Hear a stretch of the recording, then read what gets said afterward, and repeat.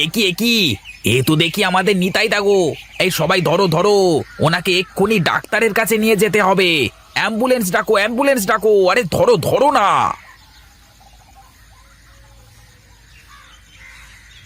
আহারে, বাড়িতে ছোট ছেলেটা বউটা অসহায় হয়ে গেল গো। বিধাতার এ কেমন খেলা! আমারই কি সর্বনাশ হলো রে! কত করে বলেছি বাইরে বেরোনোর সময় রাস্তাঘাট একটু ভালো করে দেখে শুনে পার হতে, শুনলো না আমার কথা। বৌদি, এখানে বেশি কান্নাকাটি করবার দরকার নেই। আর তুমি যদি এভাবে ভেঙে পড়ো তাহলে তপুর কি হবে বলো দেখি। এখন আমি কি করব দাদা? ছোট্ট ছেলেটাকে নিয়ে কোথায় যাব? কার কাছে হাত পাতবো? আমি বলি কি বৌদি, আগে নিতাইদাকে একটু সুস্থ করে বাড়িতে নিয়ে গিয়ে তারপর ভাবা যাবে। তুমি বেশি চিন্তা করো না, আমরা তো আছি নাকি। ঘরে চাল ডাল কিচ্ছু নেই। ছেলেটা যে একটু পরে খেতে চাইবে, ওর মুখে দুমুঠো খাবার তুলে দেব সে সামর্থ্য যে নেই আমার বিনয়দা। বৌদি, তুমি কান্নাকাটি করো না, এখানে বসো। আমি তপুর জন্য কিছু খাবার আর দাদার জন্য ওষুধ নিয়ে আসি। মা, ও মা, বাবার কি হয়েছে? বাবা কথা বলে না কেন? তোমার বাবা একটু অসুস্থ বাবা, 2-1 দিনের মধ্যেই সুস্থ হয়ে যাবে। বাবা আমার সাথে কথা বলবে তো? হ্যাঁ রে বাবা, সুস্থ হলেই কথা বলতে পারবে।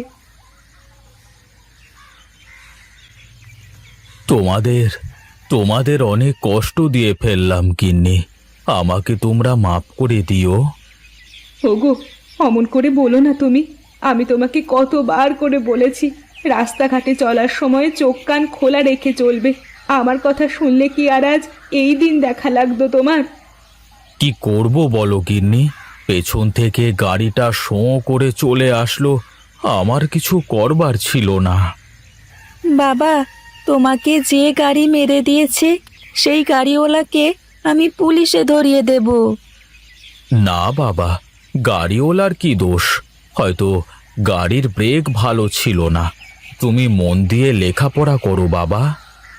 ওগো, ঘরে যে চাল ডাল কিছুই নেই, ছেলেটাকে নিয়ে এখন কি করে চলবো? আমার তো কিছুই মাথায় আসছে না গো। তারপর তোমার এখন কি অবস্থা দাদা? এখন একটু ভালো রে ভাই। বস বস, গিন্নি ওকে বসতে দাও। বৌদি, এই নাও ফলগুলো রাখো।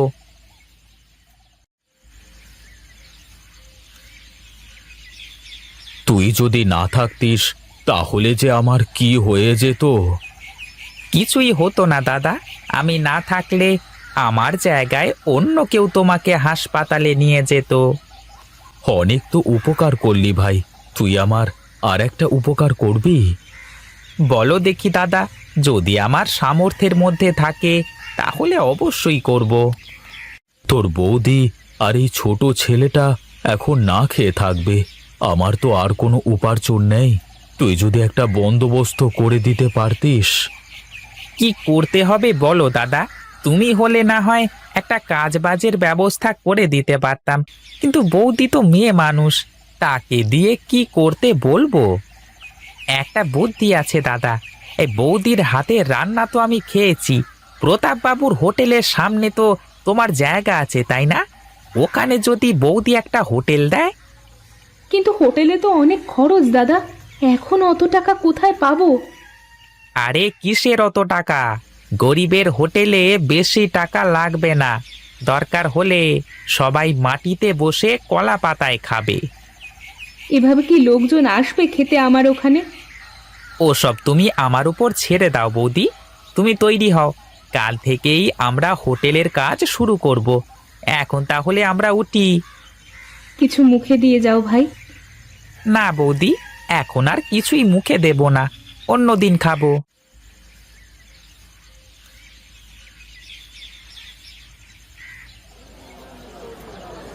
কি আমার হোটেলের সামনে আবার হোটেল খুলেছে কে? বুঝেছি, নিতাই অপায়েজ হয়ে ঘরে পড়ে আছে, আর এখন ওর বউ এসেছে আমার সাথে পাল্লা দিয়ে হোটেল করতে। দাঁড়াও, দেখাচ্ছি আমিও। আরে প্রতাপদা, আপনি আসুন আসুন আসুন। বৌদি, উনি হলেন প্রতাপদা। উনি ওই বড় হোটেলের মালিক। বেশ বেশ, একা একা ব্যবসা করতে তেমন ভালো লাগতো না, এখন একজন প্রতিবেশী তো আসলো। আশীর্বাদ করবেন দাদা, যেন আমরাও আপনার মতো বড় হতে পারি। হ্যাঁ হ্যাঁ, তা তো করবই, কিন্তু তোমার তো কোনো চেয়ার টেবিল দেখছি না, মানুষকে বসতে দেবে কোথায় শুনি? শুরু করি আগে, তারপর দেখব দাদা। এখন আপাতত নিচে বসেই খাবে সবাই। তা আবার হয় নাকি? খরিদ্দার কি আর ওই নিচে বসে খাবার খাবে? খাবে দাদা, আর তাছাড়া এখন আমার চেয়ার টেবিল বসানোর মতো পরিবেশ নেই, সবই তো জানেন বোধহয়।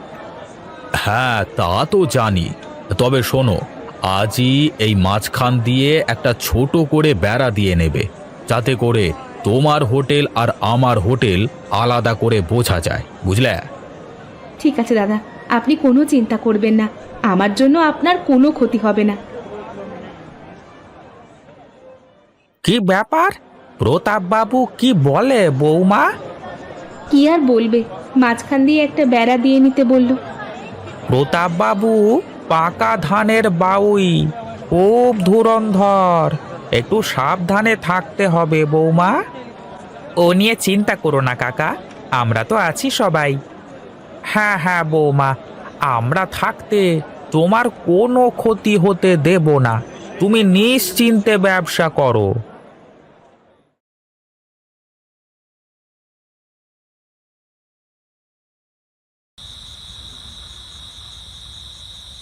কি গো, তোমার কি হোটেলের কাজ শেষ? হ্যাঁ গো, আপাতত সব কাজ শেষ, কাল থেকে রান্না শুরু করব, দেখা যাক কি হয়। রামু কাকা খুব ভালো মানুষ, তুমি কোনো চিন্তা করো না, দেখবে সব ঠিক হয়ে যাবে।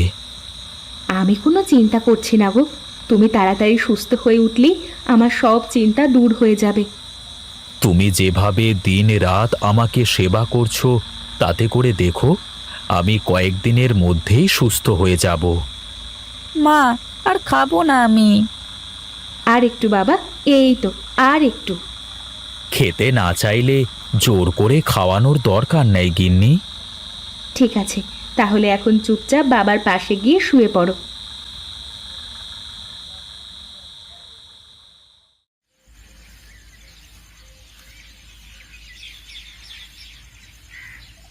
হ্যাঁ, বাহ বাহ বাহ বাহ বাহ বাহ, কি সুন্দর গন্ধ।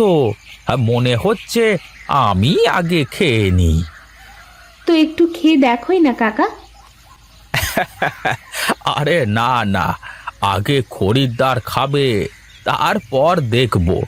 আর তাছাড়া আমি তো বাড়ি থেকে আসবার সময় খেয়েই এসেছি। এই গরিবের হোটেলে কি মানুষ খেতে আসবে কাকা? চিন্তা করিস নে মা, একটা না একটা কিছু হবেই।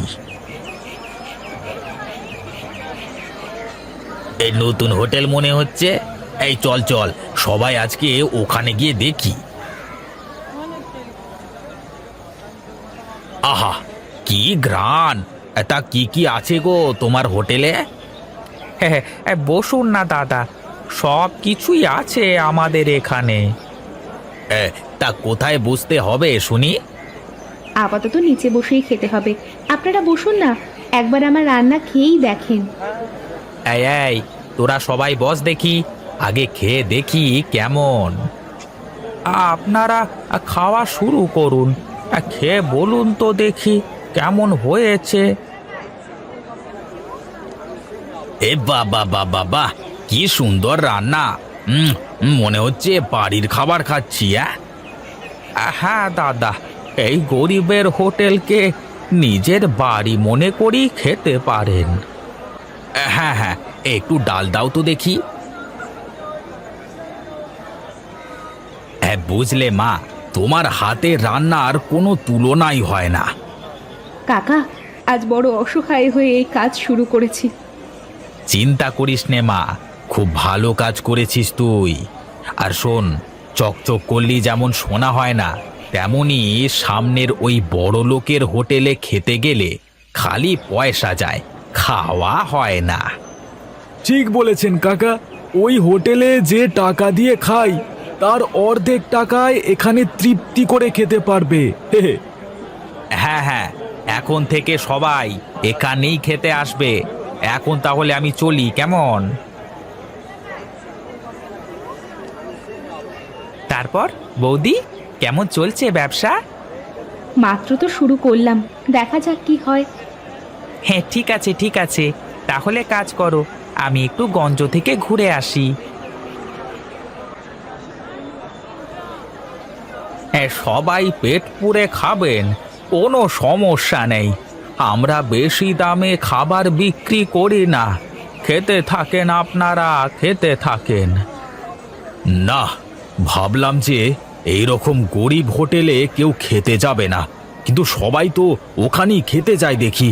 কি যে করি! ও রামু, আরে ও রামু, এদিকে আয় তো দেখি। কি বলবেন বাবু, বলেন দেখি। তোর মালকিনের সাথে একটু কথা বলবার দরকার ছিল। বেশ তো, কাজ বাজ শেষ হলে বলবে, এখন তো আমরা অনেক ব্যস্ত।